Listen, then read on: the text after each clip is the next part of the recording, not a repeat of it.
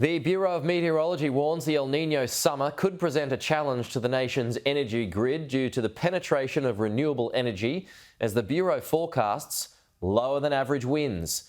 It comes after emergency agencies fear the country could face a summer shocker with more chances of fire, floods and cyclones all at once. So let's go to the National Senator Matt Canavan. So Matt, good to see you. We heading to Blackout City this summer then?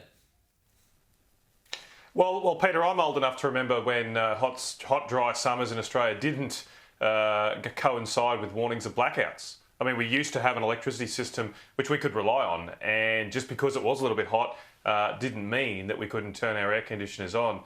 But the fact that we have to have these warnings now just shows the dire state of our electricity grid, and it raises the question that why have we moved our electricity system to one that is so dependent on the weather? In a country that is known, even putting aside any climate doom predictions, our country is known for weather extremes. Right. This is a mad, insane rush to renewables, and we need to think twice about doing this, and this warning just shows why. Okay, well, if the prediction is that wind will be at a minimum this year, wouldn't solar panels and you know, the use of sunlight be able to pick up the slack?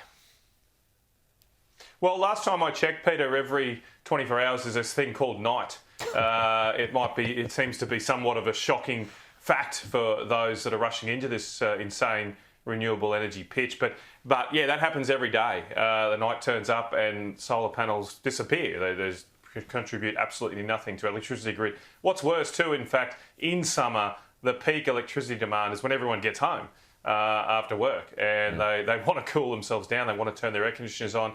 And at that very time, that's when the sun is setting, of course, and when all that solar energy disappears from the grid. So you've got that massive gap there.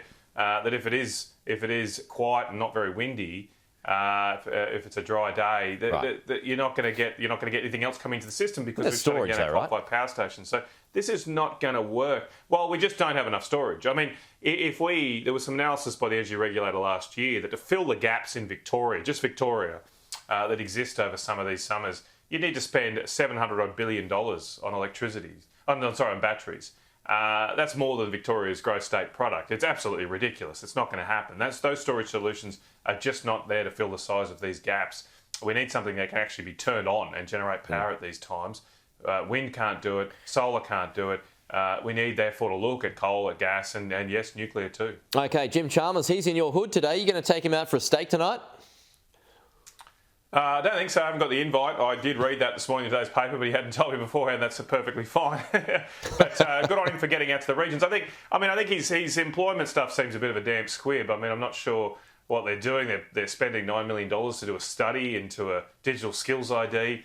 I thought we already had LinkedIn. Why do we need the government to come along here and create a government-funded LinkedIn? They're not even doing it. They're creating it's out of utopia. They're spending $9 million to have a study on maybe having a government-funded LinkedIn. Where is this money going to? It's got to stop. What about it's all ahead of a speech that he's given today, and he's going to warn that the Black Summer fires, last year's floods, are going to cost the economy roughly $1.5 billion each, and he's going to urge farmers that they've got to do more now to address climate change as well. That's what he's going to talk about today. Well, I'm not sure how Australian farmers can do that directly, even if you did take Jim's apoplectic predictions of doom. I'm not sure I completely accept all those, but even if you did, Australia contributes about 1%, just over 1% of the world's emissions. Australian farmers are about 15% of our emissions. So they're 0.15% of the world's global emissions. So they are, of course, not going to be able to change the climate themselves. Jim should be giving this speech in Beijing. He should be telling China then, if he's so worried about this, where's the Australian government condemnation of the fact that China's building 2 coal-fired power stations a week? I hear absolutely nothing from them about this, which belies the fact that actually they're not really that worried about this. This is all just politics. They're responding to a political imperative here, not actually an environmental or economic one. Matt Canavan, we'll leave it there. Good to see you. We'll talk to you again soon.